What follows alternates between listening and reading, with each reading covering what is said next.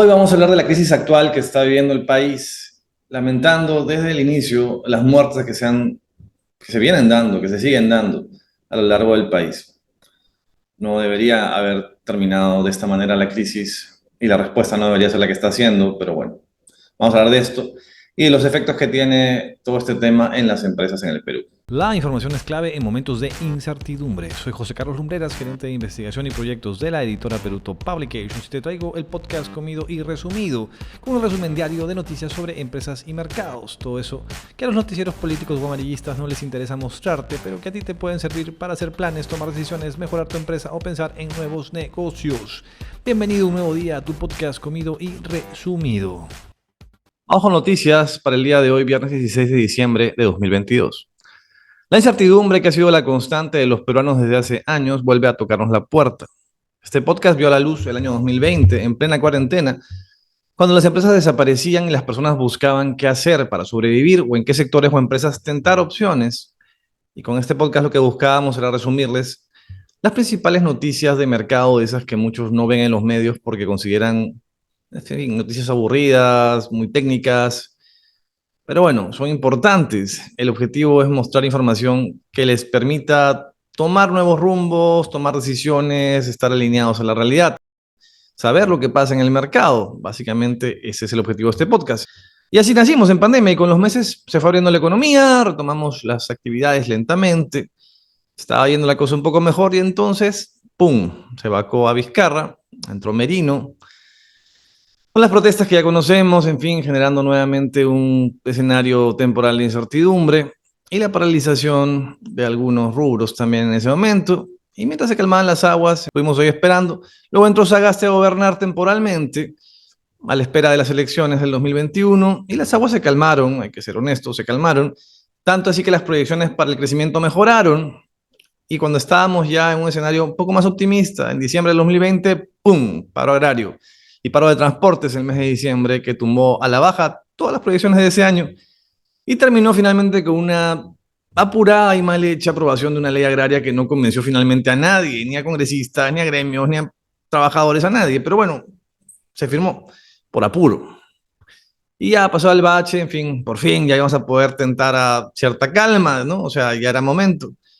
Y eso parecía, pero entonces llegaron las elecciones del 2021 y nos dejaron una segunda vuelta de terror entre Keiko Fujimori y Pedro Castillo. Dicho esto y de manera anecdótica, es bueno recordar que desde el retorno a la democracia, por el 2001, en todas las elecciones que hemos tenido en el país, hemos terminado en una segunda vuelta que las clasificadoras de riesgo siempre consideraron el peor escenario posible, o lo que nosotros conocemos como tener que escoger al mal menor. En todas las elecciones pasó eso.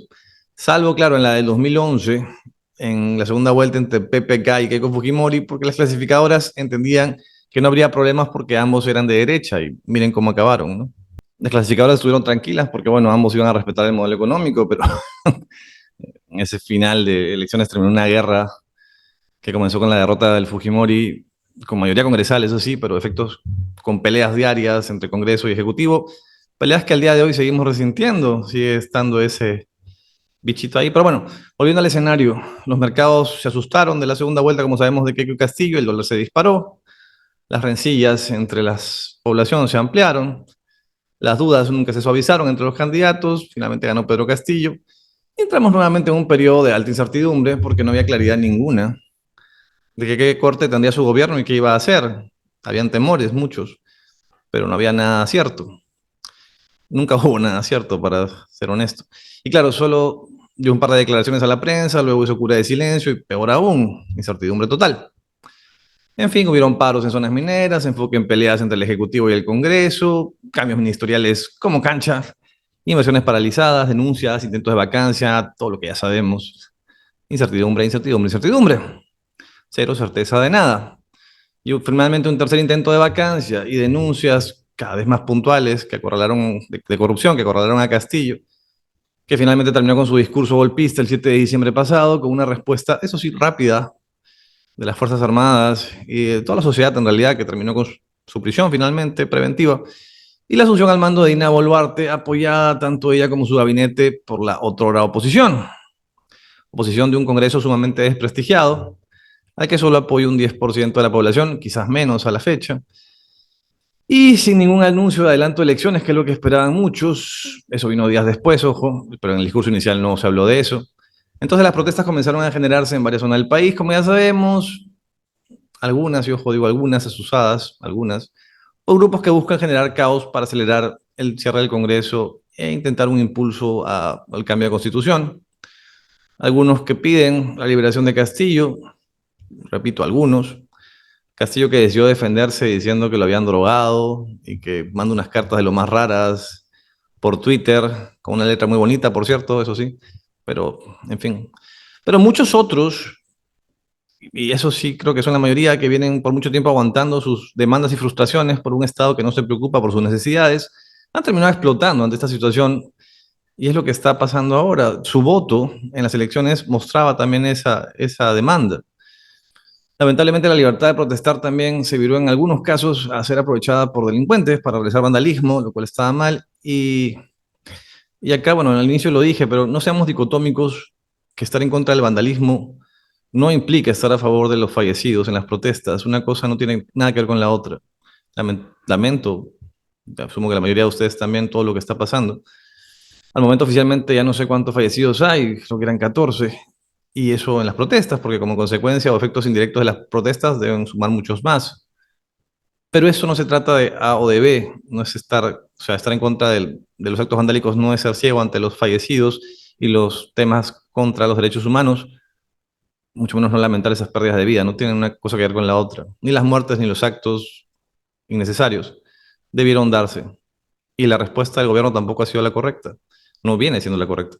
Los que pagan siempre son terceros y las cosas no van a terminar bien. O sea, recién está empezando esta crisis y si bien se puede generar calma, no van a terminar bien, parece.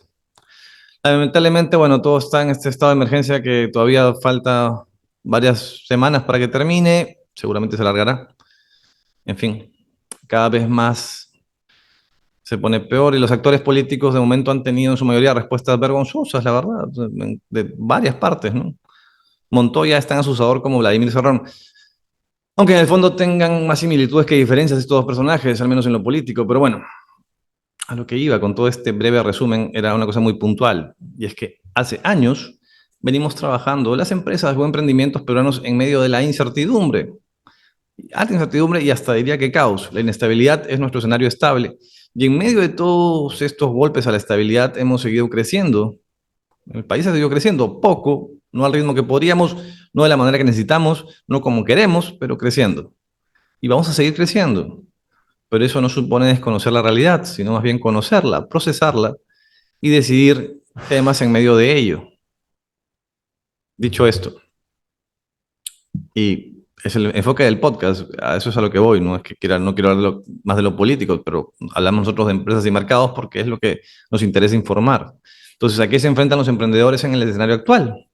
¿Cómo cambian las proyecciones con todo lo que ha pasado? A ver, ya la clasificadora de riesgo Standard Poor's rebajó la clasificación de riesgo país del Perú por el alto riesgo político, lo que en la práctica va a suponer que se van a encarecer las opciones de endeudamiento y esto a su vez disminuye las posibilidades de nuevas inversiones.